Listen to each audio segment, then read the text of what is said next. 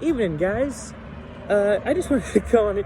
First off, as a wrestling fan for the wrestling community, rest in peace to the great SABU, the homicidal, genocidal, suicidal, death-defying ECW OG. This is actually about SABU. Well, I rewatched his interview or just an interview he did, and they talk about his match with John Cena. And in that interview, he said that Vince went up to him, and I guess Vince was a fan of SABU, which, as much as a million things we hate about Vince, that's a cool thing that he was a fan of SABU. He wanted to make SABU the Stone Cold or the Hulk Hogan of ECW. No, I could see SABU as the Stone Cold of ECW. That one I can see, and that one's more realistic. But the Hulk Hogan of ECW, I feel like that title would be more to Rob Van Dam. The guy who, I could have proof of this aside from what now. The guy who could do no wrong in the fans' eyes. Obviously, current Hulk Hogan accepted of this. But you look back, the 80s, the 90s, and even the early 2000s, people were Hulkamaniacs or NWO eyes with Hulk Hogan. Hogan was cheered no matter fucking what. Even when people were booing him, there were a great amount of people cheering Hulk Hogan. Just like him with ECW and WWE. Rob Van Dam was always cheered. Hell, he was a heel in 1997 when he turned on ECW to have a quick stint on Monday Night Raw when he was, I guess, managed by Jerry the King Lawler. People were still cheering RVD. And especially going to the fucking invasion angle where Rob Van Dam is a heel, technicality-wise. He's on the Alliance. He's a bad guy wanting to kill the WWF. But what are the fans doing? Going ape shit for Rob Van Dam. I feel like if there's anyone who can be classified as the Hulk Hogan of ECW, I feel like it is Rob Van Dam. Well, okay, if it isn't SABU, that'd be considered the Stone Cold of ECW. If it wasn't SABU, it was definitely Taz. Those two would definitely be the Stone Cold of ECW.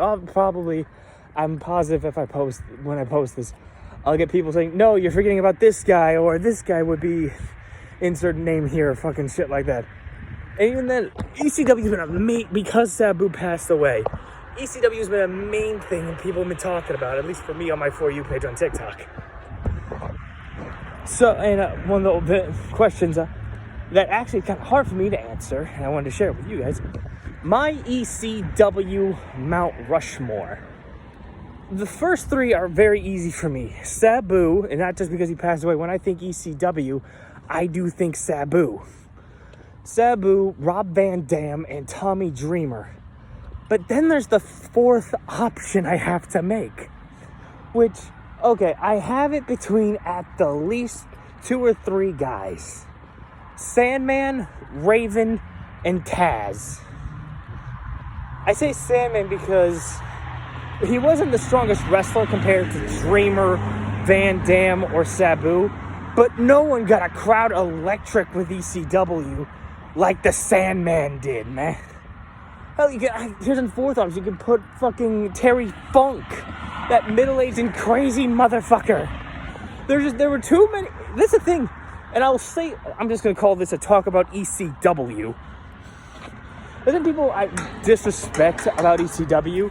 A lot of people, sorry, I wasn't on the camera. Excuse me for a sec. A lot of people just think of ECW as kind of what New Jack was doing. There's another one for just weapon shots, can't wrestle, and just bums who. Basically, when you think people who want to insult ECW, they think ECW is GCW or CZW. Bloodstained bums who can't wrestle. You might have a good guy here or there, but they think it's majority just dipshits who can't work. That's not at all what it was. You'd have your hardcore stuff. Excuse me again. Your hardcore stuff, because E for extreme. You'd have your flaming tables, your all kinds of crazy shit. But weirdly enough, that was only a portion. That was just the mainframe of ECW. That was just that was like the hook for ECW. When you looked and watched episodes of ECW, there were great wrestlers, man.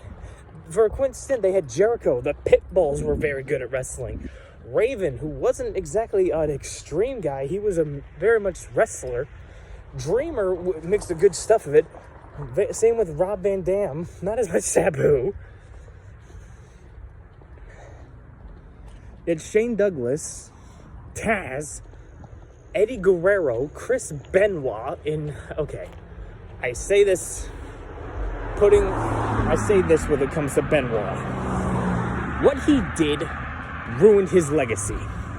But we can't deny that when he was alive, Chris Benoit was one of the best technical wrestlers ever.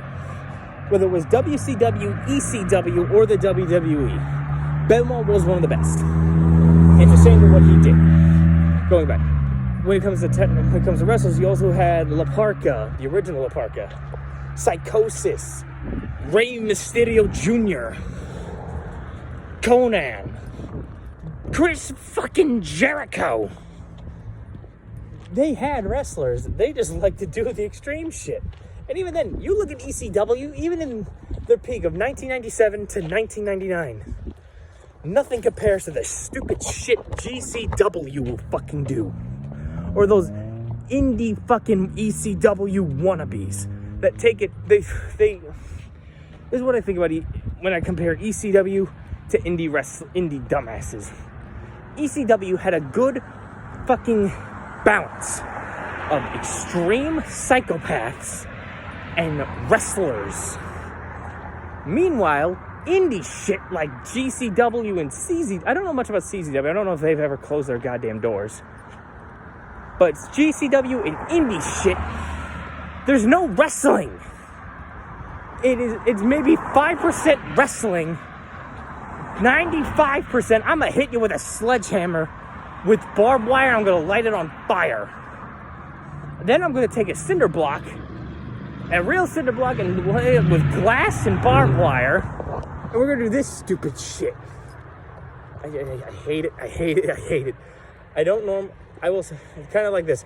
I don't agree with everything Jim Cornette says about hardcore wrestling. I do like hardcore wrestling. I like the weapon shit. But there's a limit to what I think of hardcore wrestling. GCW is not that. In indie wrestling especially. I like indie wrestling. That's how you discover some cult favorites and maybe some good diamonds in the rough. But you combine indie wrestling with death matches, or extreme wrestling, you get a bunch of drunk bastards who can't wrestle, they can't work. They just want to bash each other in the head with a frying pan. Anyway, that's about it for this video. Nothing really else to say except God rest Sabu. If you haven't, some matches I recommend. TNA put up a good compilation of some of his best matches in TNA for Sabu. And funny enough, just a little spoiler in this, I think it's about 7 or 8 matches, something like that. He didn't win that many of his best matches of TNA, which, credit to Sabu. He knew when to put a motherfucker over. Like a bit. I was going to end the video, but I'm going to continue to talk, because fuck it, I like talking about wrestling. I will always remember Barbed Wire Massacre. It's one of my favorite TNA matches. Granted, I didn't grow up with TNA. I find this out through YouTube of watching old TNA stuff when I was about 13, 14 years old. I find Barbed Wire Massacre. I hear about the pay-per-view feuds that's been going on with Abyss and Sabu. I'm like, oh, this should be fucking fun. Come to find out, Sabu only won once against Abyss. They fought many times, but Sabu seemingly only beat Abyss once, showing that Sabu was truly putting over Abyss. That's cool. But yeah, another match that's in this. It's Rob Van Dam versus Sabu at their hardcore justice. I'm just gonna say this: if you hate Bill Alfonso, you're probably gonna hate a good chunk of this match, because you hear that. If you know who Bill Alfonso is, if you don't, I'll explain. Bill Alfonso was the manager for both Rob Van Dam and Sabu, whether they were singles competitors or a tag team in ECW. The main gimmick for Bill Alfonso was he had a goddamn whistle, and he would never stop blowing this thing. So yeah, some good matches. God rest Sabu. Long live the heart and soul of ECW. Later, guys.